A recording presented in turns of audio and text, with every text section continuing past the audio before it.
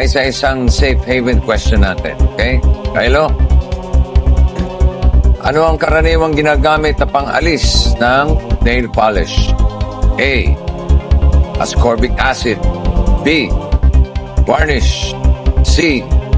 Acetone. D. Muriatic acid. Bossing, yung varnish pang furniture siya eh. Tapos ascorbic acid, yan ata yung vitamin C. At yung muriatic acid, Ay, parang delikado ho ata inumin yan. So, bossing, ang sagot ko ay letter C, acetone. That's your final answer. Yes, bossing, that's my final answer. Acetone is correct. 20,000 pesos. Kurado na yun. Okay.